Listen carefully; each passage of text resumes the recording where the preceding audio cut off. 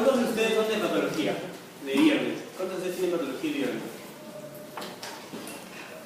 Ay, no sé si hay varios. Bueno, las clases próximas vamos a estarlas viendo si es que las hacemos bien, vamos a ver que sea intermitente, vamos a ir manejándolo así. Pero en este caso, para la endocarditis, los objetivos que he planteado son esos ahí.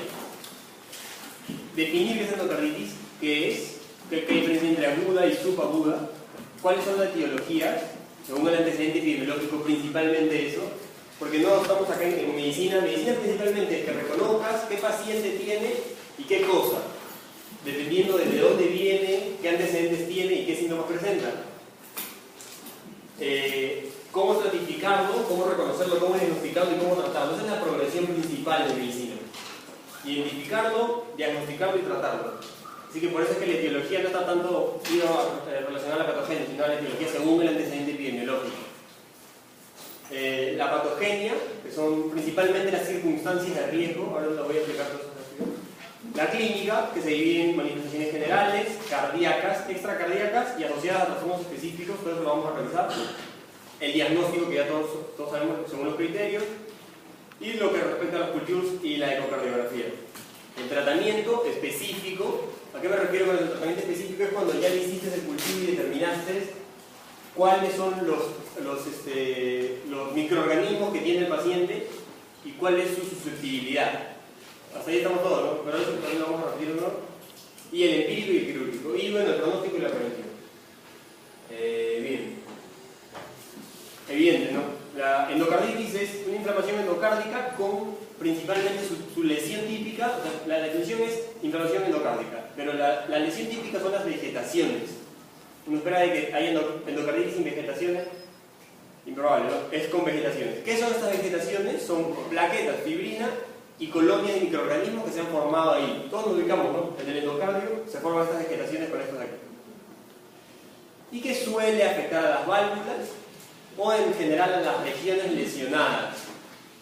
El corazón, la parte de adentro del endocardio, es generalmente invencible, o sea, es impenetrable, por así decirlo, muy poco probable de que un microorganismo se meta. Por eso va a depender de algunas circunstancias en las que hay lesión de este endocardio para que se meta el microorganismo. Por eso es de que ahí se pone, ¿no? En las regiones lesionadas. Generalmente en la región en donde hay más flujo, más daño, son en las válvulas. Por eso es de que suele afectar a las válvulas o a regiones lesionadas. Esa es la definición. Luego, la endocarditis aguda tiene dos presentaciones, la aguda y la subaguda. Según el tiempo, se dice, ¿no?, que la endocarditis aguda es en días y semanas, la subaguda en semanas o meses.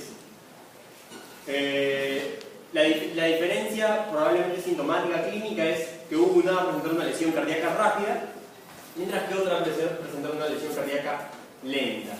Por ejemplo, en un paciente de que ahorita comienza un shock cardiogénico y escuchamos un soplo sistólico, digamos, puede ser mil cosas, ¿no? Pero definitivamente no va a ser una endocarditis subaguda. O sea, va a ser más orientada hacia una endocarditis aguda. Hasta ahí estamos. Según la presentación, que es súbita, los días, y la otra la presentación que es lenta, no tan usual, semanas o meses. Después, como bien sabemos, varios de los síntomas de la endocarditis van a depender de que estas vegetaciones forman émbolos. ¿Qué son émbolos? Es un cuerpo, digamos, por así decirlo, es un cuerpo que se forma aquí y se dirige a otro lugar y en otro lugar causa daño. En este caso, gran cantidad de los síntomas es debido a los émbolos. Entonces, la endocarditis aguda más probablemente va a producir eso de focos metastásicos. A eso se refiere, focos metastásicos, por metástasis, los émbolos que se dirigen a otro lugar y causan el daño. Más probablemente es por endocarditis aguda. Mientras que la endocarditis subaguda es más inusual la metástasis. Entonces, si tenemos síntomas extracardíacos por émbolo, que los va a presentar en un rato, más vamos a pensar en una endocarditis aguda que en una subaguda. La fiebre éctica, ¿a qué se refiere con eso? Se refiere a una fiebre remitente, recordando un poco el ciclo pasado, la fiebre remitente, o sea que está normal, luego sube un montón y luego regresa. ¿Qué se asocia a escalofríos y diaforesis? Entonces esa es la fiebre éctica, la que se suele ver en la endocarditis aguda. Mientras que en la endocarditis aguda las manifestaciones son más propias de un curso progresivo, o sea, no es de que ahorita se me sube un montón la fiebre y luego baja, más los otros síntomas que estaba hablando hace un rato. No, sino que son cursos más progresivos. Y esto principalmente, por eso lo pongo ahí en negrita. ¿Cuáles son los microorganismos que se asocian en endocarditis aguda? El estafilococo y el enterococo. y a la subaguda del estreptococo y el grupo HASE. Si quieren pueden memorizarse cuáles son las siglas del HASE, pueden hacerlo, pero eso me parece que es más para los microbiólogos. De todas formas podrían recordarlo, ¿no? Ah, sí, pero también me olvidé decirles de que todo lo que vamos a presentar acá no significa que van solamente a revisar acá. Evidentemente hay varias cosas de la clase que sería bastante conveniente que la revisen, ¿no? Pero bueno, en este caso ya, el endocarditis agudo es el estreptococo y los microorganismos del grupo ACE. Y otros. ¿Por qué otros? ¿A qué nos referimos con otros? Generalmente cuando pensamos en endocarditis pensamos en el estreptococo, estafilococo, el grupo ACE o el enterococo. Esos son los microorganismos, por así decirlo, que más asociamos a endocarditis, son los que causan la endocarditis. Otros, ¿quiénes son los otros? Son la Bartonella, la Brucella, la Legionella, que no nos vamos a hacer problemas ahorita en tratar de recordar y mucho cómo es la manifestación clínica. Dentro de un rato yo les voy a presentar qué cosa debería venir, qué características debe tener el paciente para yo pensar en esas. Sencillo, solamente eso tenemos que recordar de esos otros. Se los voy a presentar en un momento. Entonces ya, eso es respecto a la definición. Ahora, la etiología. La etiología, evidentemente, la endocarditis infecciosa es un microorganismo, ¿no? Es lo que hemos presentado, lo que he presentado hace un rato. ¿Y a qué se asocia? Por eso es lo importante, ¿a qué se ha asociado? La endocarditis se produce porque un microorganismo penetra, eso lo vamos a explicar en la oportunidad después, en una región del endocardio que se lesionó. ¿Por qué se lesionaría? Eso lo vamos a explicar. ¿A qué se asocia? A los catéteres y usuarios de drogas intravenosas. ¿Qué microorganismo es el que mundialmente se conoce? El estafilococo aureus. Ese se asocia a un paciente que tiene esas características. El estafilococo y el enterococo se asocian a los cuidados de la salud. Cuidados de la salud en general. Hospitalizados, etc. Cuidados de la salud antes de los 90 días. Porque luego de pasar los 90 días ya el paciente vuelve a estar dentro del grupo de los que no son asociados a la salud. Es solo hasta los 90 días. Después el recambio valvular, antes de los 12 meses. Luego de los 12 meses, de nuevo ya el paciente vuelve a asociarse como que no se relaciona con el recambio valvular. Entonces el recambio valvular se asocia con el estafilococo coagulante negativo. Y si al paciente le hago el hemocultivo y sale negativo, uno lo asocia a estos microorganismos acá, que es el HASE. El HASE, que son microorganismos colonizantes de la faringe, principalmente. Son microorganismos colonizantes de la faringe, que por estos motivos llegaron al corazón. Entonces, si hay un cultivo negativo, generalmente es debido a que son estos microorganismos. Y va a depender del contexto epidemiológico, si se va a asociar a una Coxiella burnetii o una Brucella, que son zoonosis. No es paciente que es granjero, que cuida vacas, cuida ovejas, etc., podría presentar uno de estos. Y la Atrofirema Whipple, que da la enfermedad de Whipple, que principalmente son síntomas gastroenterológicos, así que muy improbable, es muy difícil, ¿no? Principalmente la Atrofirema Whipple es la enfermedad de Whipple, que es una enfermedad puramente gastroenterológica, que da un síndrome de malabsorción, que da un cuadro insidioso y aspergítico. Entonces, si el paciente viene y tiene una de estas características, lo principal es que tiene algo de eso, yo voy a pensar en esos microorganismos de ahí. ¿Por qué? Porque depende de eso va a ser mi tratamiento empírico. O sea, ¿qué le voy a dar sin saber exactamente por cultivo qué es lo que tiene el paciente? Bien. La patogenia, ¿cómo es que se da toda la endocarditis? Generalmente, como les explicaba, el endotelio es resistente totalmente a la no totalmente, pero es resistente a la infección y a la formación de trombos, generalmente. Eso se sabe, de ciencia básica. Y tenemos dos circunstancias en las que el endotelio se vuelve vulnerable, por así decirlo. Dos circunstancias en las que el endotelio se vuelve vulnerable. Una persona sana es muy improbable de que le dé una endocarditis. Esas son las circunstancias. La endocarditis trombótica no bacteriana, en la que se encuentra también la endocarditis marántica. ¿A qué me refiero? ¿Qué es la endocarditis trombótica no bacteriana? Es cuando hay una lesión endotelial. ¿Por qué puede haber una lesión endotelial? Por eso es ahí. Por una estenosis aórtica, por una insuficiencia mitral, por una comunicación intraventricular o por CC, ahorita les digo porque no recuerdo bien. Pero principalmente es por eso. Un paciente que tiene una de esas, de ahí, que esa está en su diapositiva, esa es la diapositiva. Una de esas de ahí, ¿ah? Cardiopatías congénitas, exactamente, que las vamos a presentar en un rato, cardiopatías congénitas. Como en esos casos va a haber un flujo anormal en el corazón, el endocardio se va a lesionar. Entonces, como se lesiona el endotelio, esa capacidad de resistirse a la infección y a la formación de trombos va a hacer que se formen trombos y que se metan los microorganismos. Entonces, mi paciente va a tener que venir muy probablemente con un soplo o con una de las características que ustedes muy bien conocen de estas de acá. Y la otra circunstancia es la de hipercoagulabilidad. ¿Quiénes son pacientes con hipercoagulabilidad? Los que tienen lupus o los que tienen síndrome antifosfolipídico, son los que presentan la clase. Pero ya bien sabemos que hay otros pacientes que son hipercoagulables, ¿no? Como los pacientes con cáncer, los pacientes ancianos. Ahí también presentan la clase, ¿no? Los pacientes con enfermedad crónica, el síndrome nefrótico, por ejemplo, etc. ¿De qué va a servir? De que al haber un estado de hipercoagulabilidad se forman trombos y esos trombos van a servir de ancla para el microorganismo. Entonces hay dos circunstancias en las que el endotelio se lesiona y permite que entre el microorganismo, y otras circunstancias en las que se forman trombos y permite que el microorganismo se quede. Bien. ¿Y a qué se refiere con endocarditis maranti? ¿Qué es endocarditis maranti? Que es la que le da al anciano que tiene cáncer o enfermedad crónica. ¿Es enfermedad crónica? Tuberculosis, etc. Por ejemplo, es la que presenta la clase, ¿no? Enfermedad crónica, tuberculosis. Entonces, esa es la endocarditis maranti. ¿Qué cosa determina esto? Un estado hipercoagulable, ¿no? Anciano con cáncer, con tuberculosis, es un estado hipercoagulable. Forman trombos, el microorganismo se queda en el corazón. Entonces, es principalmente la patología. O hay otra circunstancia, y bueno, cuando eso sucede, sucede una vez, se lesiona el endotelio, se forman trombos y se queda el microorganismo. ¿Y qué pasa? Entonces el microorganismo que normalmente hubiera pasado por el corazón y no se hubiera quedado, en este caso sí se queda, ¿y qué determina? Va a determinar, se va a adherir, va a proliferar y va a determinar más coagulación. Por eso es de que una endocarditis es una enfermedad en la que se disparan émbolos por todos lados y eso es lo que va a manifestar los síntomas. Entonces, esa es básicamente la patología. Entonces, ahí estamos claros. ¿Qué es la definición? ¿Qué es la endocarditis aguda y subaguda? ¿Cuáles microorganismos nos hacen pensar en cada uno de ellos? La etiología, que es dependiendo de qué paciente viene, si es que es usuario de drogas, etc. ¿Cuál es la patogenia?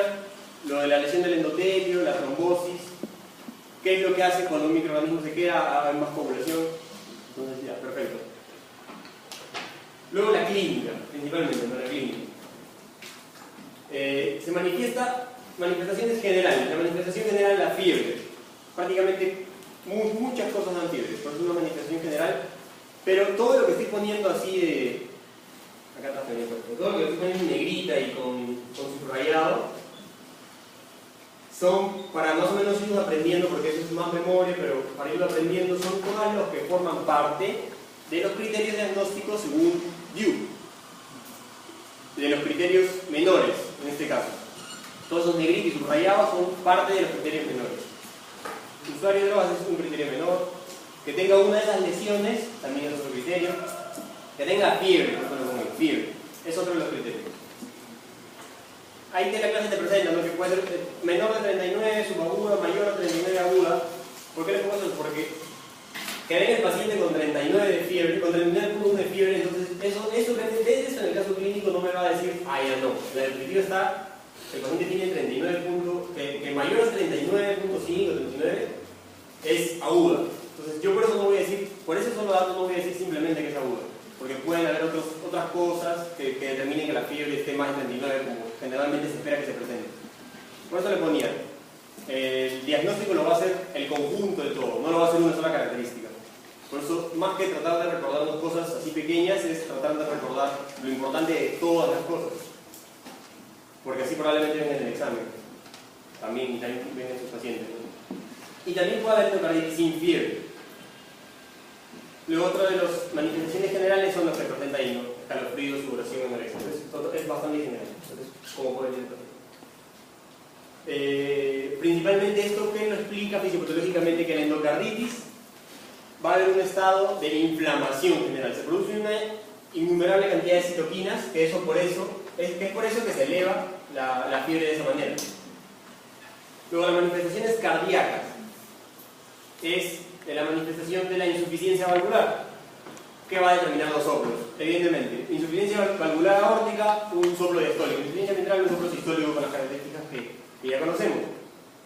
y puede tener síntomas de insuficiencia cardíaca. Pues como bien sabemos que hay endocarditis, inflamación, va a determinar X motivos por los de que va a haber insuficiencia de las válvulas.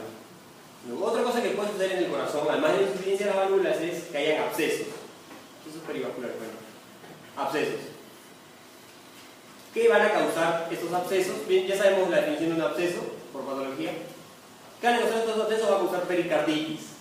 O también va a causar bloqueo de la conducción, dependiendo más o menos de dónde se encuentre. Bueno, si el absceso se ubica ahí en el anillo de la válvula, probablemente se extienda hacia el pericardio, entonces va a causar inflamación pericárdica. Entonces, por eso el absceso se puede determinar pericarditis.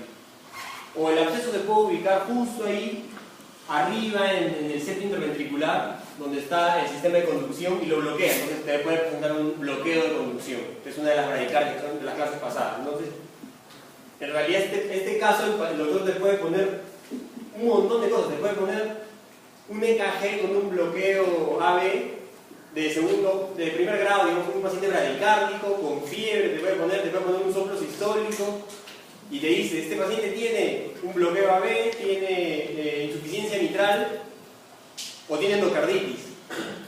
Entonces, si tiene todos, más probablemente que tenga endocarditis, porque si fuera un caso de insuficiencia mitral, más probablemente te pondría un paciente con dirigido causas de insuficiencia mitral, síntomas directos de insuficiencia mitral. Pero la endocarditis, fíjense que puede dar todo, o sea, te puede dar un montón de cosas de las que ya hemos visto, ya hasta te puede dar infarto la endocarditis, puede venir con infarto el paciente. Entonces, es como que el endocarditis por eso no lo pone al último, porque como que es la mezcla, presentaciones clínicas de todo. Pero más probablemente que el doctor nos ponga un caso, por ejemplo, de los síntomas o las manifestaciones según los criterios de Liu, y tengamos que clasificarlos si tienen o no. O puede dar infarto, como ponía, por los émbolos. Sale un émbolo del corazón y se mete justo en las coronarias, infarto. Son las manifestaciones cardíacas, ¿no? Las extracardíacas. Eso también es un criterio de Liu. Entonces llevamos uno que es la fiebre, que son de los menores. Otro que son la embolización, los síntomas de embolización. Otro que tenga lesión endotelial, que son esos que tienen comunicación interventricular, etc. Y otro que sea usuario de drogas intravenosas. Entonces ahí ya más o menos vamos a acordar uno de los criterios. La embolización. ¿Cuáles son las manifestaciones, los síntomas de la embolización? Sale un émbolo y se coloca en distintos lugares. ¿Qué te puede dar? Te puede dar las manchas de Janeway. ¿Qué es eso? Nos va a poner una imagen después. ¿Qué es manchas de Janeway, nódulos de Euler, las manchas de Rho? Todo eso que muy probablemente nos olvidemos en unos años. Pero hay que tratar de tener en cuenta y diferenciarlas. Es una mácula, ahora se me refiere a una mácula, o sea, una lesión plana, no se lee una mácula, una lesión plana no tan grande, una mácula. Eritematosa roja, una lesión plana roja, con características hemorrágicas, o sea, ahora les voy a presentar, evidentemente se ve, tiene como características de sangrado, que no duele y que se suele encontrar en la palma o en la planta. Compararla con las otras, que son los nodos de Osler, que no es una mácula, sino que más probablemente es un nódulo. Un nódulo sí tiene relieve, la mácula no, la mácula es plana. Nódulo, doloroso, y que se suele encontrar en los pulpejos de los dedos. Los pulpejos, no se suele encontrar en la planta, sino en los pulpejos. Y que no suele necrosarse. En cambio el otro sí se suele ulcerar y necrosar.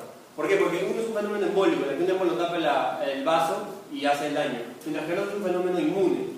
Por eso las manifestaciones, por eso que hay que distinguirlas. ¿Ya? Si es que no se acaba, eso habría que también revisarlo. Después, eso es una mancha de Janeway, es un fenómeno embólico. Después, el accidente cerebrovascular, eso ya sabemos perfectamente, por algún motivo una de las arterias cerebrales se cierra, hay daño cerebral y los síntomas que también ya sabemos. Y el aneurisma micótico. ¿Qué es el aneurisma micótico? Es cuando uno de estos émbolos infecciosos llega e infecta una de las paredes de una de las arterias, etc., que puede ser en cualquier lugar. Generalmente son en el cerebro, porque en el ventrículo izquierdo, bien sabemos, sale la aorta y de la aorta salen sus ramas más proximales. Como que la mayor cantidad de flujo, por X motivo, se va hacia aquí, hacia el cerebro. Entonces, por eso que más probablemente que el aneurisma micótico, que ese microorganismo se queda ahí, ¿no? ¿Y qué es lo que hace? Como bien sabemos la definición de un aneurisma, que es dilatación de una parte de la pared arterial. Entonces se dilata. ¿Y qué puede producir un aneurisma micótico? O sea, ya está bien, ya sé que es un aneurisma micótico, pero ¿cuándo pienso que el paciente podría tener eso? Cuando hace signos de focalización. ¿Se acuerdan más o menos que un signo de focalización? Esas cosas, perfecto. Lo de semiología del siglo pasado. Entonces el paciente puede venir con eso, los síntomas de focalización por un ACV o por un aneurisma micótico. Y otro de los síntomas por embolización es el infarto pulmonar, evidentemente, porque uno de los émbolos se va hacia la circulación pulmonar y causa un infarto pulmonar. Eso lo hemos visto justo hace poco. Un TET. Ajá. Clínica del TET. Tendríamos que revisar la clínica de cada uno, ¿no? Pero no estamos ahorita para tanto, pero sí, si es que algunos no nos acordamos, podríamos ir revisando, ¿no? Lo principal nomás, síntomas clínicos, signos principal, para que nos orienten el examen y también frente al paciente, ¿no? Y la embolia arterial relevante. ¿Qué te refiere eso? Que llega el émbolo a uno de los órganos que te pueden causar daño. Uno de esos, por ejemplo, podría ser un infarto renal, por ejemplo. Llega el émbolo al riñón, se imparte, ahí está, una embolia arterial relevante. Y el doctor tendría que ponernos pues algún síntoma que no concuerde con nada y que tenga que ver con lesión vascular por un émbolo de algún órgano. Pues, y ya nosotros podríamos pensar que tiene un síntoma de embolización, porque eso es importante porque son parte de los criterios, ¿no? Si el paciente viene con signos de focalización, evidentemente no te va a decir tiene embolia, pero signos de focalización. Entonces, probablemente es un síntoma embolígeno, ¿sí o no? Entonces ya tenemos un criterio ahí. No es así, ¿no? O el paciente viene con algo que te manifiesta daño renal, viene como liguria, algo así. Cualquier cosa, eso ahí es probablemente un infarto renal. Entonces, es también un síntoma de embolización. Así va a venir probablemente el examen. Sí, si es que, por ejemplo, viene con manchas de lengua y además una embolia arterial renal, uno no, claro, ya es un signo de embolización. Signo de embolización. Que tenga uno de esos ya es un criterio. Cualquiera de ellos. Lo principal es la clínica, porque es difícil que el doctor te ponga infarto pulmonar, lo trabajas en la clínica, entonces tú vas a tener que saber. Después, otra manifestación que es también general, porque de todo te puede doler el cuerpo, es eso de ahí, el dolor musculoesquelético, las mialgias, que también se explica por el fenómeno de exceso de citoquinas que hay en el cuerpo, que hay inflamación, dolor muscular, mialgias. O espondilodicitis, inflamación de la vértebra, que puede causar dolor lumbar. Por eso generalmente un paciente con endocarditis podría presentarse con dolor lumbar, puede ser por el infarto renal, puede ser por la espondilodicitis, etc. O artralgia, dolor en las articulaciones. Síntomas bastante inespecíficos que podrían orientarse. Un diagnóstico más para mialgias, artralgias, etc. La endocarditis. Luego, otra manifestación extracardíaca puede ser la esplenomegalia, y que puede asociarse con la anemia. Entonces, un paciente con endocarditis puede, al palpar el vaso, o sea, palpamos un vaso grande, podemos pensar mil cosas de diagnósticos diferenciales que tenemos en consideración, también considerar endocarditis en esplenomegalia. Y el paciente anémico, que no, por X motivo es una anemia, por ejemplo, en este caso, por la esplenomegalia, por eso es una anemia hemolítica, por el trastorno inflamatorio que hay muchas citoquinas, una anemia hemolítica. Podría también ser por endocarditis, una anemia que no responde, etc. Anemia, síntomas de anemia, también podría ser por endocarditis. Ya, esas son manifestaciones generales, pero que orientan. Y otra de las manifestaciones importantes, porque va dentro de los criterios de Liu, que es el fenómeno inmunitario. Cuando yo pienso que el paciente tiene una manifestación por fenómeno inmunitario, por las manchas de Roth. ¿Qué son las manchas de Roth? Clínicamente así no lo vas a ver, tienes que tener tu aparato para revisar la retina. Es una hemorragia retiniana, se lo va a presentar en un rato. Una hemorragia. Eso ahí se explica como un fenómeno inmunitario. Si ves eso y tiene manchas de Janeway, no cumple dos criterios, cumple uno nomás. Solamente cumple un criterio. Para tenerlo así. Manchas de Roth es fenómeno inmunitario. Después los nodos de Osler, que ya lo presenté hace un rato. Y la glomerulonefritis, que la clase lo presenta como hipocomplementémica. Eso es lo que lo repetí en fisiología, fisiopato, también lo repetí hace poco. Que las glomerulonefritis pueden ser complementémicas, hipocomplementémicas o con complemento normal, y que tienen sus causas cada uno. Pero bueno, en este caso, la endocarditis te da una glomerulonefritis hipocomplementémica. ¿Y eso cómo se manifiesta? Justamente en la diagnóstico de patología. Clínicamente, bueno, laboratoriamente, como microhematuria. Microhematuria, voy a poner como glomerulonefritis. De cualquiera de esas tres circunstancias que te hacen pensar a ti en un fenómeno inmunitario. Y entonces ya sabemos las manifestaciones generales, las cardíacas y las extracardíacas. Entonces ya sabemos que un paciente con paresia, con fiebre, con síntomas de disnea, que se evidencia anemia, se palpa esplenomegalia, que tiene unas manchas por acá, tiene unas manchas por acá, puede ser endocarditis. Luego hay síntomas que se asocian a situaciones específicas, como presenta la clase. El paciente con uso de drogas endovenosas y con marcapaso implantado más probablemente presente síntomas de TEP. Más probablemente. Porque más probablemente se afecte principalmente la válvula tricúspida. Entonces es una orientación clínica médica específica, ¿no? Porque principalmente el tratamiento empírico va a depender del antecedente epidemiológico. Principalmente es el tratamiento empírico. La clínica no te va a decir, o sea, que mi paciente tenga un TEP, ya, presente TEP, pero que no sea consumidor de drogas intravenosas, no me va a hacer a mí que dé tratamiento para estafilococos. ¿Me están siguiendo ahí? Porque supuestamente el tratamiento, las drogas endovenosas te hacen pensar en estafilococo. Entonces, si tuviera estafilococo, yo le doy tratamiento para estafilococo. Entonces, un TEP me haría pensar en drogas endovenosas. Y por eso debería dar tratamiento para estafilococo, no. Es por el antecedente. Pero es como que una orientación. Al fin hay que tenerlo en cuenta. Y los síntomas, por ejemplo, puede ser tos o la placa haber infiltrado, etc. Y el otro es cuando hay un recambio valvular tardío. ¿Qué se tiene con el recambio valvular tardío? Cuando han pasado, te hacen el recambio ahorita, pasan 2 meses y haces un recambio valvular tardío. 2 meses. ¿Y cuál es la clínica? La dehiscencia valvular. ¿Qué se refiere a dehiscencia valvular? Cuando te ponen la válvula, esta tiene la posibilidad de las suturas que se hacen en el anillo valvular, estamos ahí, se abren. Entonces la válvula que está acá puesta, se abren las partes de afuera y te darían un soplo sistólico muy similar al de una insuficiencia mitral. Porque la válvula que supuestamente estaba ahí pegada se comienza a salir. Esa es la dehiscencia valvular. La sutura que le hacen en las paredes se sale. Entonces te da un soplo. De nuevo más cosas para confundirlo, ¿no? Después, y un soplo de insuficiencia, evidentemente, ¿no? Porque la válvula puede volverse insuficiente. Y insuficiencia cardíaca. Entonces, estos acá son datos orientantes principalmente, ¿no? Pero frente al caso, habría que tenerlos en consideración nada más, no regirnos principalmente por eso. Porque una endocarditis sin válvula puede dar insuficiencia mitral, igual te puede dar el soplo sistólico característico. Así que solamente orientación. Bien. Entonces acá para un poco ver las imágenes, ver más la parte práctica, eso ahí, que está en el fondo de retina, fondo de ojo, esos son las manchas de rojo. Fenómeno inmune, no embolígeno, fenómeno inmune. Estas de acá, más probablemente serían los nódulos de órganos. Más probablemente le duelan, más probablemente haga relieve, etc. Todo lo que los pulpejos. Y estas más probablemente serían las de Jenner. Sin relieve, como que hemorrágicas, eritematosas, nódulos, acá un poco del pulpejo, pero nada de absoluto en medicina, ¿no? Entonces ya hasta ahí vamos bien con la parte que es más la parte de la presentación del caso, ¿no? Un poco más sencillo, lo demás ya es más pesado, más memoria. La definición, una endocarditis aguda, más probablemente, ¿qué microorganismos nos harían pensar?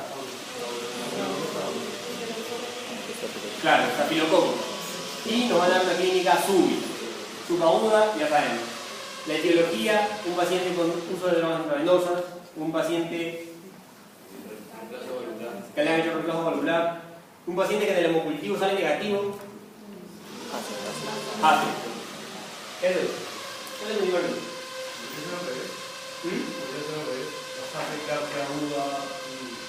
Claro, todo podría ser como todo, pero eso es lo más frecuente. Un HACE podría darte una, claro, pero es lo más frecuente. La patogenia y las circunstancias de riesgo principalmente, porque es parte del diagnóstico que vamos a ver ahora. Un paciente que ya tiene el diagnóstico de insuficiencia mitral o tiene su cardiopatía congénita, en él puedo pensar en endocarditis, si me presenta fiebre, me presenta escleromegalia, me presenta anemia, me presenta TEP, etc. Y la clínica, evidentemente, ¿no? La fiebre, las artralgias, las mialgias, porque todo eso te va a venir en casa, todo eso puede pensar el paciente también. Y identificar la clínica, acuérdense que no solo esto no está solo confinado al corazón, sino está confinado al cerebro, está también en el cerebro, está en el pulmón, está en el riñón. Puede ser clínica bastante sistémica, por eso clasificarla de cada uno de estos, generales, cardíacas, y irlas recordando para orientarlos. las extracardíacas, pues en el riñón, en el cerebro, etc. Bueno, no aburrirlos más, avanzamos más. El diagnóstico. Lo pongo acá por pasos para que sea más práctico y más fácil de recordarlo. Tengo todo lo que hemos pensado hace un rato. Pacientes de usuarios de drogas intravenosas que tienen insuficiencia mitral de diagnóstico y que de repente les escucho que el soplo de insuficiencia mitral es más, o sea, es más notorio y presenta fiebre éctica y vemos infiltrados pulmonares en su placa. En él vamos a pensar, probablemente puede ser un TED, puede ser una neumonía, pero en él podemos pensar en endocarditis, ¿sí?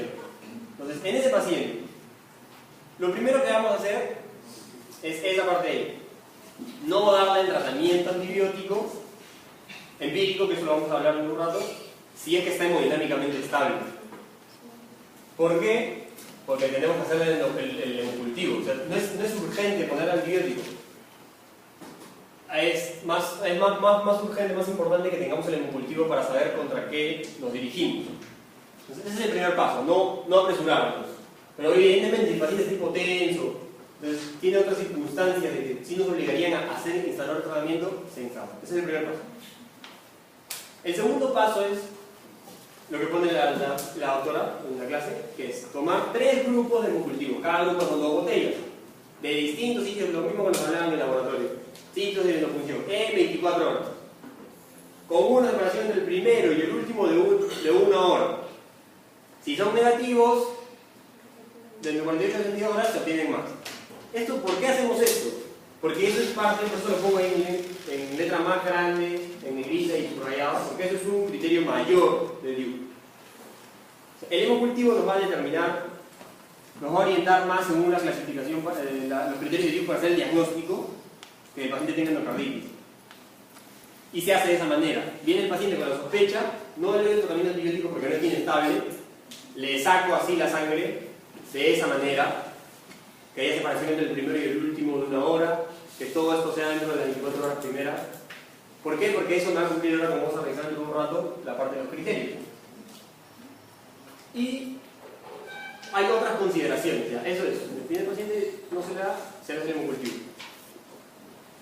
Pero hay unos pacientes que podrían necesitar pruebas serológicas. ¿Por qué? Principalmente por nuestra orientación clínica. La brucela, ¿te acuerdas de la brucela? Esa es la brucelosis. La fiebre mal, la fiebre ondulante. Esa es la característica. Una fiebre ondulante, por eso. ¿Y en quiénes podríamos solicitar una prueba serológica para brucela? Porque en la anamnesis el paciente nos dice que trabaja con vacas, con caballos, o porque probablemente ha comprado leche del mercado o queso del mercado y que no estaba pasteurizada. Entonces ahí nos podemos orientar y podríamos solicitarle una prueba serológica para brucela. Para Bartonella, ¿se acuerdan de la Bartonella? La Bartonelosis, la enfermedad de Carrillo, ¿no es cierto? Que tiene también la enfermedad por arañazo de gato, la enfermedad de las trincheras. ¿En quiénes pensamos Bartonelosis y les pedimos? No es ahorita el tema ver cómo se manifiesta, es principalmente ver en quiénes. Aquel que tenga riesgo de haber estado expuesto a la luxomia, que es el que transfiere la Bartonella basiliforme para la enfermedad de Carrillo, que ya todos sabemos cómo se presenta, la anemia y luego la verruga. En esos pacientes le pedimos la serología para brucela. Tenga esa clínica probablemente, o que haya estado expuesto a la luxomia. Entonces el doctor tendría que poner un caso, ¿no?, que viene de tal lugar, que había mosquitos, que le han picado, el paciente presenta varias como que ronchas. Entonces ahí uno tendría que pedirle serología para Bartonella y podría pensar en endocarditis por Bartonella. Y habría que darle un tratamiento específico para eso. O que esté con gatos, es la enfermedad por arañazo de gato, que se presenta con adenomegalia principalmente. O los piojos, que es la fiebre de las trincheras. Un paciente que, por ejemplo, de la cárcel, de guerra, etcétera, que han estado trincherados, con piojos probablemente, lesiones, también podemos pensar por Bartonella. Entonces, eso nomás. Ese es el antecedente epidemiológico que nos haría pensar en tal cosa para pedirle que pruebe. Eso es lo principal. Después, en Legionella. ¿Quiénes pensamos en Legionella? La Legionella, ¿dónde vive? Vive en agua acumulada, caliente. ¿En dónde puede haber eso? En el spa, puede haber eso en un hotel, puede haber eso en un crucero. El antecedente epidemiológico que todos conocemos de Legionella. O del aire acondicionado. La Chlamydophila psittacis, paciente expuesto a aves, probablemente esté infectado. Entonces, paciente que trabaja con aves, podemos pedirle serología para eso. y la Coxiella burnetii. ¿Qué es la Coxiella burnetii? Es la que da la fiebre Q. La fiebre Q. ¿Y qué cosa nos podría hacer pensar que una persona tiene probablemente eso? Es que trabaje con cabras, porque también es una zoonosis. ¿Ya? También es una zoonosis. Probablemente no venga tanto así en el examen, pero es más o menos cómo hacer el seguimiento, cómo tratar al paciente que viene frente a uno, ¿no? Esos son los pasos. Después también existe la opción de un émbolo que se encontró, pero eso es un poco más extraño, ¿no? Que de un émbolo se haga, o de una biopsia, le abrieron el corazón y le encontraron las vegetaciones, le sacan una parte de la vegetación, le hacen el cultivo, le hacen el PCR, le hacen la tinción. Es una opción. Pero principalmente, no dar antibióticos apresuradamente antes de hacer el hemocultivo, porque si no el hemocultivo ya, el paciente se va a morir, porque puede ser de que sea usador de drogas intravenosas. Yo pienso en Staphylococcus aureus, le doy para Staphylococcus aureus, pero no tenía Staphylococcus aureus, porque puede ser que tenga drogas intravenosas, pero que el hemocultivo me dice que tiene streptococo. Fue porque le di el antibiótico muy rápido, entonces es importante ese paso. Los hemocultivos y bien, las otras características según circunstancias. Luego la otra parte del diagnóstico, y también en negrita grande porque el criterio mayor, es la ecocardio. Se hace una ecocardiografía y da dos manifestaciones transtorácicas, acá arriba, y la otra la transesofágica, no sé si van a tener la oportunidad de verlo, con una endoscopía, pero el transductor se queda acá nomás y ve el corazón de otra perspectiva y se ve mejor. ¿Y en qué circunstancias no se haría la transtorácica? En el paciente episematoso, que tenga su tórax en tonel, más probablemente que no va a llegar el transductor hasta el ecocardio, hasta el corazón. Bueno, los pacientes pícnicos, ¿se acuerdan de la constitución pícnica? Que es chato, ancho, ese, no le va a llegar tampoco. Entonces ahí no sería muy útil la transtorácica. Y la otra que es la transesofágica, que evidentemente como la pared del esófago es más delgada, ¿qué es lo que buscamos? ¿Para qué hacemos toda esa ecocardiografía? Porque estamos buscando principalmente la lesión. ¿Cuál es la lesión típica de la endocarditis? La vegetación. Entonces, eso. Y también otras cosas, ¿no? Como que hay insuficiencia, etc. Eso es lo que se busca en la ecocardiografía. Probablemente la transtorácica no va a haber tantas como sí vería la transesofágica, porque hay más pared. Por eso que la elección es la transesofágica. Pero con un procedimiento más invasivo, bueno, hay que evaluar. Pero a pesar de que sea más sensible, más específica, más sensible, no excluye el diagnóstico. O sea que en la ecocardiografía transesofágica no encontremos vegetaciones, no significa que el paciente no tiene endocarditis, puede ser que simplemente no se hayan visto. Así que nada es excluyente. Y hay circunstancias específicas en las que se utilizan de preferencia la esofágica, que son en estas aquí. ¿Por qué? Sí, tenía un tamaño para saber que estaba, ¿no? Claro, es un tamaño, ¿no? A veces es un dato, pues no lo pongo acá porque es un dato que los dos lo podrían preguntar, ¿no? Podría ponerse, más probablemente pero nosotros no vamos a hacer ecocardiografía, no hacemos cardiólogos. Y el doctor con esos exámenes en realidad piensa que eres el médico general.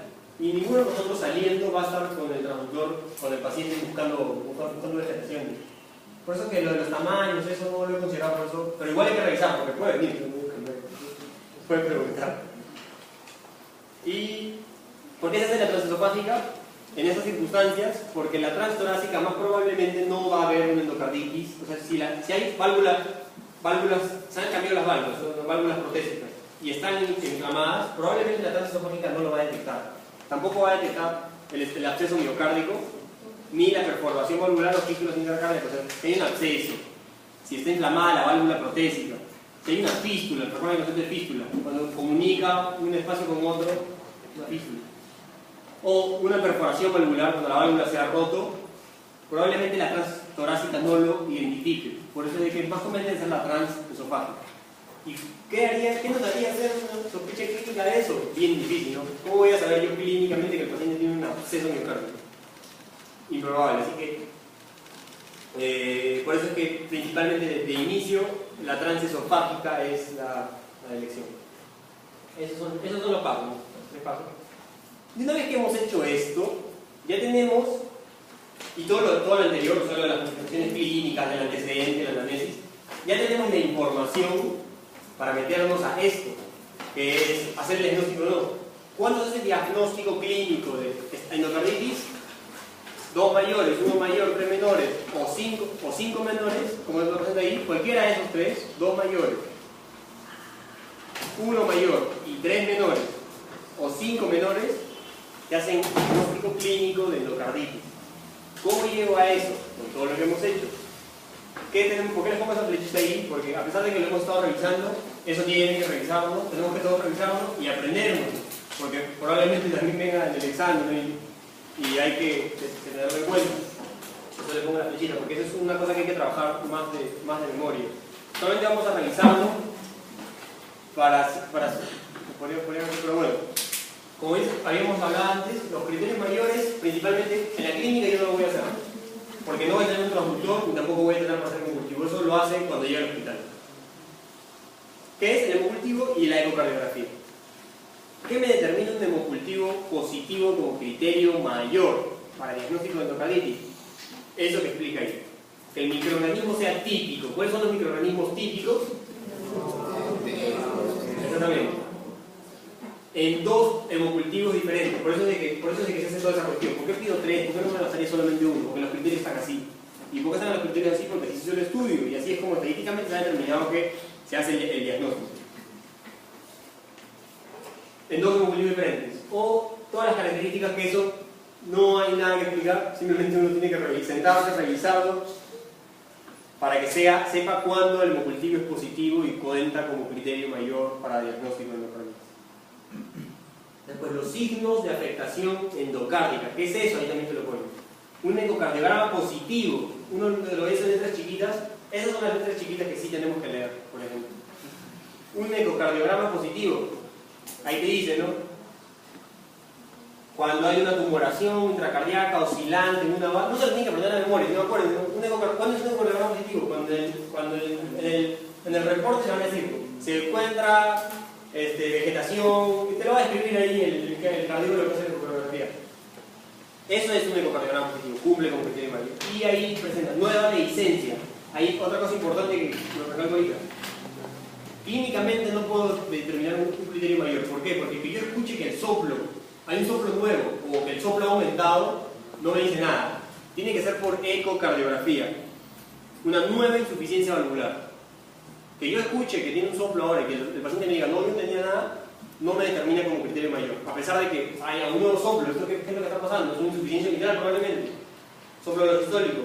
Entonces digo, ¿tiene criterio mayor? No. Tiene que ser por ecocardiografía. Ahí te lo ponen. Así que esa flechita la pongo porque eso hay que revisarlo con paciencia y recordarlo. Pero, sí. O sea, si oculta un nuevo soplo, no es criterio mayor. No. No basta. Ya. No basta. Por lo menos que el soplo se vea en el ecocardio. Pero no, estoy entendiendo. Es cuando el soplo aumenta, ahí te lo indica, ¿no? Claro, Soplo aumenta. El aumento o el cambio de un soplo persistente No es no suficiente. es suficiente. Claro, no es suficiente si es que el soplo aumenta, por ejemplo. Pero tampoco acá te dicen de que yo escucho un soplo y lo consideras, ¿no? Entonces, signos de afectación endocárdica, ecocardiograma y ponen nueva insuficiencia valvular. Claro, no lo indica, ¿no? Pero una nueva dehiscencia, ¿qué me manifestaría una dehiscencia? Por ejemplo, un soplo, podría ser, ¿no? Podría ser, si yo escucho un nuevo soplo, podría ser, ¿no? En UpToDate no aparece eso de no es suficiente. Pero este Harrison. Es de Harrison. Pero en UpToDate me parece que no aparece la última parte. Signo de afectación endocárdica. El doctor podría considerarlo, ¿no? Esa sería una pregunta que habría que hacerle al doctor, a ver cómo es que lo está considerando. Pero él generalmente considera Harrison. No, y aparte porque le gusta la clínica y esas cosas. Y a él le gusta la clínica. Porque, claro, él podría ponerte el caso del soplo de los históricos. Entonces, para él podría, a pesar de que el cuadro diga una cosa, podría ser de que es un signo de así que habría que evaluarlo ahí en el examen. Entonces, queda como abierto, porque una fuente dice esto, otra fuente dice el otro, que pensará el doctor. Pero tiene tantas cosas para preguntar que justamente venga eso, tendremos que hacer bien piñas. Pero igual, el Harrison dice esto, nos podríamos mirar al Harrison y luego presentárselo al doctor. Pero luego el doctor podría venir y decir, no, pero si tenemos un soplo nuevo, los históricos, ya es cuestión de considerar. Y los criterios menores, que son los que hemos hablado. La predisposición, que es que tenga una cardiopatía predisponente, o sea, una insuficiencia mitral, etc., los que hemos hablado ya, o que use drogas intravenosas. Esas ahí consideran como criterio menor. Ya tienen un criterio menor reciente. Fiebre más de 38, fenómenos vasculares. ¿A qué se refieren con esos fenómenos vasculares? Los que he presentado hace un rato, de la embolia arterial relevante, infartos pulmonares, al aneurisma micótico, que no es cuestión de memorizarnos eso, sino cuestión de ver qué me haría pensar de que tiene esto, qué me haría pensar de que tiene un aneurisma micótico, qué me haría pensar que tiene un infarto pulmonar. Eso tenemos que considerar, porque eso no, el doctor definiría en detalle. Tiene un infarto pulmonar, mancha de James, fiebre de 38, solamente sería sumarlo, ¿no? Solamente mirar acá, ver acá, sería una ecuación, pero no, el doctor te va a poner aquí, o probablemente sea un caso así de 10 líneas, ¿no? Porque es un montón de cosas. Pero por eso es cuestión de, pero lo va a poner lo característico, ¿no? Es cuestión de tenerlo rápido y saber cómo enfrentarlo. Luego, los fenómenos inmunicarios, que son los que hemos hablado hace un rato, los nódulos de Osler, ya sabemos cómo es el nódulo, las manchas de Roth, factor reumatoide, eso es un criterio laboratorial. Y el dato microbiológico, el cultivo positivo, pero que no cumplan los de arriba. Básicamente es lo que dice ahí. Bien, entonces, ya, viene el paciente con fiebre, con nódulos no dolorosos, por ejemplo, nódulos, placas, máculas no dolorosas en las palmas, con un soplo o lo sistólico, que a la ecocardiografía le hace y le encuentran vegetaciones. El hemocultivo es usuario de drogas intravenosas y el hemocultivo sale positivo para Staphylococcus aureus según todas sus criterios. Entonces, probablemente el diagnóstico es endocarditis. Y probablemente también te diga, y cumple 3 criterios menores siendo mayor, 4 criterios menores siendo mayores, cosas así, pero hay que tenerlo en cuenta. ¿Ya? Bien, entonces se hizo el diagnóstico. Hicimos el diagnóstico, como ya hemos explicado. Luego la parte que viene es el tratamiento. ¿Por qué pongo ahí tratamiento específico? Porque este cuadro, que es el mismo que representa la clase, el mismo que representa el Sarteson, es cuando ya le hiciste el hemocultivo, ya le hiciste el antibiograma, entonces ya sabes qué bacteria tiene el paciente y a qué es resistente. Por eso es que es un tratamiento antibiótico específico, porque ya sabes exactamente qué es lo que estás haciendo. A diferencia del empírico, que solamente es, el paciente es usuario de drogas, entonces le doy para Staphylococcus. Pero el paciente usuario de drogas puede venir, le hago un cultivo, sale Hase. Y puede ser que Hase, al que le vamos a dar unos antibióticos que acabamos de revisar, sea resistente a esos antibióticos. Y que al Hase tenemos que darle vancomicina, porque es sensible a vancomicina. Entonces puede haber una confusión así, pero eso generalmente es lo que vemos en los hospitales, en lo que vemos en las farmacias. Pero evidentemente el caso no va a ser así, ¿no? El caso no va a ser directo. Así que eso es a lo que me refiero con tratamiento específico. Es cuando ya se hizo el hemocultivo, ya sabe qué hay, y ya se hizo el antibiograma, y ya sabe a qué es resistente. Le pongo la flechita porque eso hay que considerarlo. Vamos a revisarlo acá, solamente vamos a leerlo. Los microorganismos que pueden causar endocarditis son el estreptococo, el enterococo, el estafilococo y los microorganismos del grupo Hase. Principalmente son los que asociamos endocarditis. Al estreptococo, ¿qué le vamos a dar? Los fármacos representan ahí, penicilina o ceftriaxona o vancomicina. ¿En qué circunstancias se las presenta acá al costado? Si el paciente tiene reacción adversa a la penicilina, no le vas a dar penicilina. Te queda vancomicina o ceftriaxona. ¿Cuándo hace ceftriaxona? Cuando la reacción adversa a la penicilina no es tan grave, o sea, no hace, por ejemplo, que se le cierra, hace antiedema, no hace esas cosas, sino que hace solamente una reacción adversa que no sea tan dañina. O sea, te lo puede presentar así, ¿no? El paciente previamente se le administró penicilina, pero solamente cruzó con un poco de rash, etc. Y entonces puede hacer ceftriaxona. Pero no, el paciente estuvo hospitalizado por penicilina, entonces no puede hacer ceftriaxona, tiene que ser vancomicina. Más o menos así va la cuestión con la presentación del caso. Y ahí le explican otra circunstancia en la que se pone además la gentamicina. Y también le explican, hay que aprenderlos, no es tan, ahí no lo ve chiquito, lo ve difícil, pero es solamente cuestión de revisarlo, ¿no? Penicilina tal dosis, ceftriaxona tal dosis, vancomicina tal dosis, ¿cuándo cada uno? Básicamente. Y ahí te dice, estreptococos susceptibles a la penicilina. Eso se llama algo, eso es más algo que uno lo hace ahí en el hospital. Susceptible a la penicilina. ¿A qué se refiere con eso? Al MIC. ¿Se acuerdan qué es el MIC? La concentración inhibitoria mínima. La concentración a la que al antibiograma, que es esa placa en la que ponen esa cosa chiquita que tiene el antibiótico, crece. La concentración a la que ese microorganismo no va a crecer. Ese es el MIC. Y ahí te pone un MIC menor a 0,1 microgramos por mililitro. Eso ahí es B, ahí dice B, chiquito dice. Eso es susceptible a la penicilina. Eso está bien difícil, el doctor tendría que ponerlo, ¿no?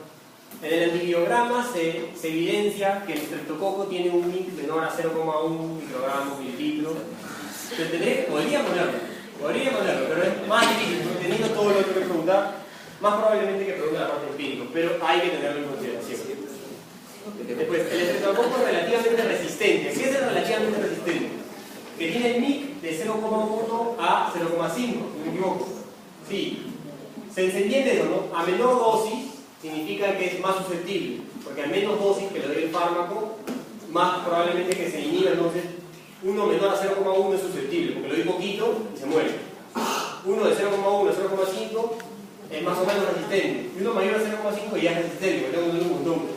Entonces, eso es más o menos para ir a la cuestión, y ahí sí se divide. Y cambia un poco el esquema terapéutico, pero eso bien complicado en el examen. Y además, en el hospital lo que hacen un médico, uno no se acuerda exactamente de eso, probablemente sí tiene mucha experiencia, pero se revisa el nuevo. De todas formas hay que leerlo, porque sí, por el paciente, todo el diagnóstico de endocarditis, en la que se tiene un MIC de 0,1, 0,5 para streptococo. ¿Cuál sería el esquema terapéutico más probable? Y tú tienes que contar lo que dice ahí, ¿no? Penicilina, tal dosis o ceftriaxona. No es cuestión de traumarse, pero como ven, la clase es tan difícil, solamente considerar eso. Enfóquense en aprenderse los criterios de Duke bien, enfóquense en aprenderse un poco las dosis, ¿no? Y bien, acá para los enterococos cambia un poco, para los estafilococos también cambia un poco. Y básicamente es lo que les pongo la presión acá, porque si vamos a ponernos a leer esto, que pensaba ya hacerlo, pero creo que no va a ser tan productivo tampoco, porque eso es cada uno que se siente y se ponga a revisarlo. Es esto, más o menos el resumen de eso de ahí atrás es esto. El tratamiento para la endocarditis definitivamente va a ser parenteral. Todo va a ser por inyecciones, no va a ser oral. Así que si por ahí les ponen oral, ya saben que no es. Tiene que ser, todo es por inyecciones. Y tiene que ser prolongado. O sea, si por ahí les ponen una semana, así, no va a ser. Todos son de 4 semanas o más. Todos son de 4 semanas o más. El único que te indican que puede ser solamente una sola dosis es un aminoglucósido, que es la nestasilina, si no me equivoco. Que están letras chiquitas, habría que revisarlos, pero principalmente todos los tratamientos son prolongados, de 4 semanas, 6 semanas. Y son todos bactericidas, no sé si se recordarán cuáles son bactericidas. Bueno, no lo hago. Después, eso es lo principal. Es parenteral y prolongado. Después se ajusta a interacciones. ¿Cómo va lo del ajuste de interacciones? Interacciones medicamentosas, que el paciente tome otro fármaco que tenga que ver con lo que está haciendo ahorita. Pero eso es más para farmacología, en medicina probablemente no venga. Más va a venir la parte de efectos adversos o acontecimientos adversos, ahí que dice riesgo de AE, riesgo de acontecimientos adversos. Lo que les hablaba hace un rato. Paciente que por penicilina hizo rash, en vez de usar penicilina, uso cefalosporina. ¿Por qué pongo cefalosporina? Porque en un caso te ponen ceftriaxona, en otro caso te ponen cefasolina, todos son cefalosporinas. Pero más o menos esa es la progresión. Si el paciente hizo una reacción mínima a penicilina, puedo dar cefalosporina. ¿Cuándo va a ser ceftriaxona? ¿Cuándo va a ser cefasolina? Eso depende aquí, ¿no? Por ejemplo, ahí te lo ponen. Ceftriaxona para estreptococos, te ponen ahí. Cefasolina para estafilococos, ¿eh? Pero esa sí la progresión. Primero es la penicilina. Un poco de reacción, cefalosporina. Reacción mortal, previamente que tuvo previamente el antecedente, vancomicina. Así es principalmente el riesgo, así uno va orientándose el tratamiento al macro, ¿no? Que eso es lo que tiene que hacer el médico general. Luego, ¿a qué más se ajusta lo que tú vas a dar? Se ajusta la función renal. ¿Cómo es la función renal? ¿Cuánta agua tiene? ¿Cuánta creatinina? ¿Su proporción de creatinina? Esa cuestión. ¿Qué medicamentos se ajustan a la función renal? Principalmente los aminoglucósidos y la vancomicina. O sea, la vancomicina, la gentamicina y la streptomicina se ajustan a la función renal. Recuerden, de fármacos son nefrotóxicos, ya se ajusta. Si el paciente tiene tal proporción de creatinina, no se puede dar eso, sino en una dosis más baja, que se ajusta. Que también estén letras chiquitas aquí, que sí o sí tienen que aprenderse.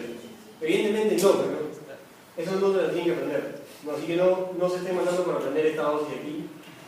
Pero probablemente de nutrición nomás, si es que alguien se acordará lo del balance nitrogenado, hasta ahí estamos bien. Probablemente no se acuerda de una semana, pero Tampoco no creo que todos nos acordemos del balance, la fórmula, ¿no? Porque eso uno lo hace con estructurado. Por eso que eso no habría que enfocarse tanto. Principalmente es lo de qué párrafo es. Así. Pero principalmente cómo va. Hasta ahí estamos bien. Tiene que ser parenteral, tiene que ser prolongado. Se ajusta a la función renal y se ajusta al riesgo. Ya sabemos la progresión. Penicilina, luego cefalosporina, luego vancomicina. Luego, básicamente, el tratamiento en todos estos microorganismos más usuales es la penicilina o la cefalosporina, dependiendo del riesgo, o la vancomicina. Y se asocia un aminoglucósido generalmente si es porque tiene una válvula protésica o al cultivo sale que es enterococo. Todo eso es al cultivo, eso ya estamos viendo. Todo esto de acá estamos hablando que es cuando tenemos acá la hoja que nos dice el paciente tiene enterococo, que es resistente a tal y a tal. Entonces todo eso es ahí, todo lo que estamos hablando es en esas circunstancias. Generalmente, como les explico, es o penicilina o cefalosporina o vancomicina, dependiendo de la reacción adversa, más un aminoglucósido si es que es un enterococo o si es que el paciente tiene una válvula protésica. Así funciona. Eso es como que el macro, eso es lo que dicen estos dos cuadros, son lo que dicen las dosis. Y ahí dice, ampicilina sulbactam, si al cultivo me sale que es un JASE, no sale. ¿Cuándo piensa que es JASE? Cuando es el cultivo negativo. Entonces doy eso ahí. Ampicilina sulbactam. Si quieren saber las dosis, porque puede ser que el doctor ponga ampicilina sulbactam, pero con dos opciones, pero con dos dosis distintas, tienen que saberlo. Ahí te ponen 3 gramos intravenosos cada 6 horas. Y después la doctora te pone 12 gramos cada 12. ¿Cómo decir lo mismo? Solamente que lo han partido. Pero igual hay que tenerlo, porque a veces uno se aloca. Está bien, se fija. Pero por ejemplo, ya sabes, clínica, cultivo, negativo, ¿qué le doy? Ampicilina, sulbactam. Ya, sencillo, y acuérdense la dosis, que puede ser 3 gramos cada 6 o 12 cada 24, es lo mismo que lo que pasa. Y en el cuadro ahí te consideran Cialir, rifampicina, y estafilococo, pero ahí viene una cosa ya más complicada que presentan en el examen. Porque para el estafilococo, dependiendo si hay válvula o no, ya sabes, el estafilococo, si es resistente a una de las que se generalmente se fosfolina, etc., se llama vancomicina. Si no, estafilococo meticilino resistente, ya es prácticamente por reflejo. Estafilococo SAR, vancomicina. Y después te ponen, si es que tiene más gentamicina, y si es que es susceptible, dependiendo de la susceptibilidad de gentamicina, se cambia gentamicina las 2 semanas a rifampicina, no hay que complicarnos con eso, solo tener en cuenta que si es estafilococo podría añadirse rifampicina. Lo principal es recordar cómo va la progresión según los efectos, los acontecimientos adversos, cómo va la corrección renal y cómo va la progresión, si es que se adhiere gentamicina o no. O sea, si el doctor, por ejemplo, ahí les pone colistina, esa no es, porque en ningún lugar lo ven. A menos de que tengas, ya sería más complicado. Pero en ningún lugar lo ven, porque más probable es que pregunten sobre los microorganismos más comunes. Así va. Así es. Y bien, eso es respecto al tratamiento específico, o sea, con el hemocultivo en la mano. Y esto más probablemente es lo que preguntan, que es el tratamiento empírico. O sea, yo no tengo ningún examen, solamente le he hecho el diagnóstico y quiero hacer el tratamiento. Aquí, ¿qué te doy a que usa drogas intravenosas? Vancomicina más gentamicina. ¿Por qué? Porque quiero cubrir estafilococo aureus. Eso lo tenemos claro. Vancomicina más gentamicina para el estafilococo aureus. ¿A qué le doy si tiene válvulas naturales con hemocultivo? ¿Qué como válvulas naturales? O sea, que no le han hecho recambio valvular. Son sus válvulas propias de nacimiento. Con hemocultivo negativo. Se le hizo el hemocultivo, pero sale negativo. Entonces uno dice, pero cumple los otros criterios. Pero digamos que sale hemocultivo negativo. Entonces ahí ya nos resta un criterio mayor. Pero digamos que tiene la lesión por la ecocardiografía y tiene su fiebre, tiene sus manchas de Janeway, tiene su mancha de Rod, tiene su nódulo de Oller. Ya tiene uno mayor, 3 menores. Ya vas, ya es endocarditis, ya no. Entonces ahí, pero sale hemocultivo positivo, ¿qué le doy? Ahí se le da ampicilina sulbactam, porque el hemocultivo positivo, el hemocultivo negativo, ¿qué nos hace pensar? En JASE. Entonces le doy eso ahí. O si tiene prótesis valvulares más de 12 meses. El riesgo para pensar en las válvulas protésicas Es antes de la... ¿Y en qué microorganismo pensamos cuando tiene válvulas protésicas? En el estafilococo coagulasa negativo, que les presenté hace un rato. Coagulasa negativo, estafilococo coagulasa negativo. Ese riesgo es solamente cuando es antes de los 12 meses. Pero el paciente te dice, sí, me he operado de mi soplo hace 2 años. Ya, eso ya no tiene el riesgo. O sea, ya no le doy tratamiento empírico como si tuviera riesgo. Ya no le doy vancomicina con gentamicina. Yo no le doy eso. Le doy el otro de arriba. Le doy ampicilina o sulbactam. Porque es como si fuera el de arriba. ¿Ya? Es como si no tuviera el riesgo. Y si tiene válvulas protésicas que se las han cambiado antes de los 12 meses, son estos fármacos de aquí. Empíricamente esto es lo que se da. Y el tratamiento quirúrgico, o sea, ya hemos visto cómo se manifiesta, cómo se hace el diagnóstico, de quién pienso qué le doy según un tratamiento específico, o sea, según hemocultivo, según un antibiograma, y qué le doy según un tratamiento empírico. Ahora, el tratamiento quirúrgico. Ahí le pongo la flechita porque eso también más difícil, pero de todas formas hay que considerarlo. ¿Cuándo necesita cirugía el paciente? ¿Necesaria o considerarse? Estas son las circunstancias. Es cuestión de revisarlo, porque no se les puede encontrar tanto como un patrón, es más como que memoria. Pero de todas formas, probablemente venga, pero probablemente no, probablemente venga lo de la piscina subalterna. Pero de todas formas hay que tenerlo en cuenta, porque puede decir, ¿no? ¿Cuál de las siguientes circunstancias sería para resultado óptimo? Cirugía hay que revisar. Y las otras circunstancias es cuando hay esas son las circunstancias cardíacas para hacer cirugía. Hay circunstancias extracardíacas que también nos llevan a hacer cirugía, que es cuando tiene un absceso en el vaso que se tiene que drenar, o cuando tiene un aneurisma micótico. ¿Cómo determino yo el aneurisma micótico? Está bien la clínica, la focalización, pero ¿cómo digo que sí tiene? Porque puede ser otra cosa. Cuando tiene angiografía, evidentemente, la angiografía. Y también se trata quirúrgicamente al aneurisma, porque se puede romper, puede hacer hemorragia intracerebral, etc. Esas son las circunstancias de tratamiento quirúrgico. Es lo mismo que está en la diapositiva, no hay mucho que pensar, pero uno lo ve eso largo y por eso no se tengo que aprenderlo. Es básicamente lo que hemos estado hablando, ¿no? ¿En quién tiene peor pronóstico? En el viejo, en el que tiene daño de las válvulas, en el que tiene otra enfermedad aparte. Eso es lo que dice ahí, es lo que dice la diapositiva. Es cuestión de revisarlo, pero el que tiene un microorganismo resistente, son cosas que se pueden hasta intuir, ¿no? Pero de todas formas, revisarlas. Y respecto a la prevención, ¿cuándo se hace antibiótico-terapia preventiva? Cuando tiene una de estas lesiones de aquí. ¿Qué son estas? Son lesiones cardíacas de alto riesgo. ¿Se acuerdan de la patogenia? El microorganismo se mete si el endotelio está sano. El microorganismo se mete cuando el endotelio está dañado. ¿Cuándo pienso que el endotelio está dañado? Cuando tiene estos de aquí. Es lo que hemos estado hablando, ¿no? Valvulopatía, cardiopatías congénitas, etc. Acá te agregan algunos, te agregan endocarditis previa. Y bueno, lo mismo, valvulopatía, válvulas cardíacas. En estas circunstancias, yo pienso, ya, el corazón está susceptible a que se infecte. Entonces, si yo le voy a hacer un procedimiento dental, ahí tengo que ver que, o sea, a todos estos que tienen cardiopatía congénita, que son un montón, todos estos que tienen valvulopatías, que son también un montón, todos estos son residuos antibióticos, no. Es si es que se le va a hacer el procedimiento dental. Si es que le vas a hacer un procedimiento dental, ahí tienes que dar esto. No es que todos ellos siempre reciban antibióticos, por si acaso.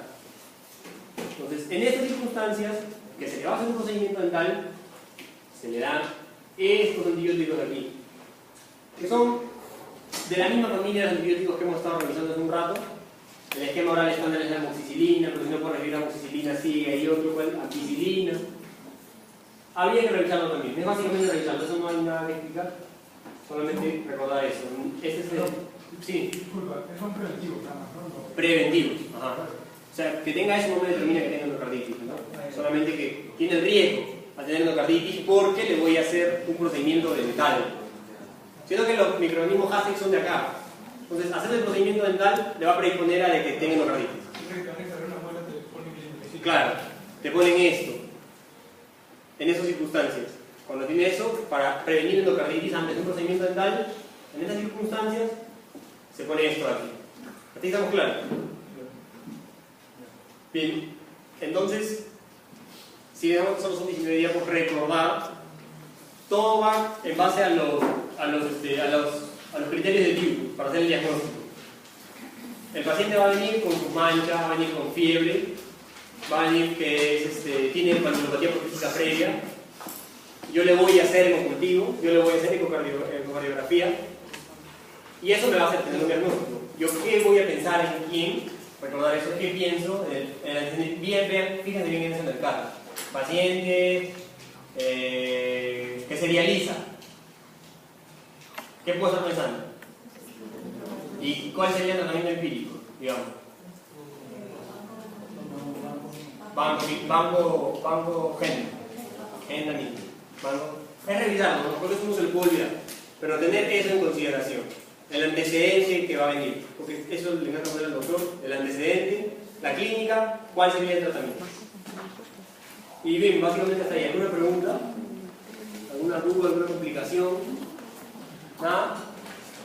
Bien, entonces, esa sería la primera clase, luego... ¿Sí, eso? No, ya el vigilante me está diciendo que tenemos que irnos. No, mentira, tengo que seguir con la clase.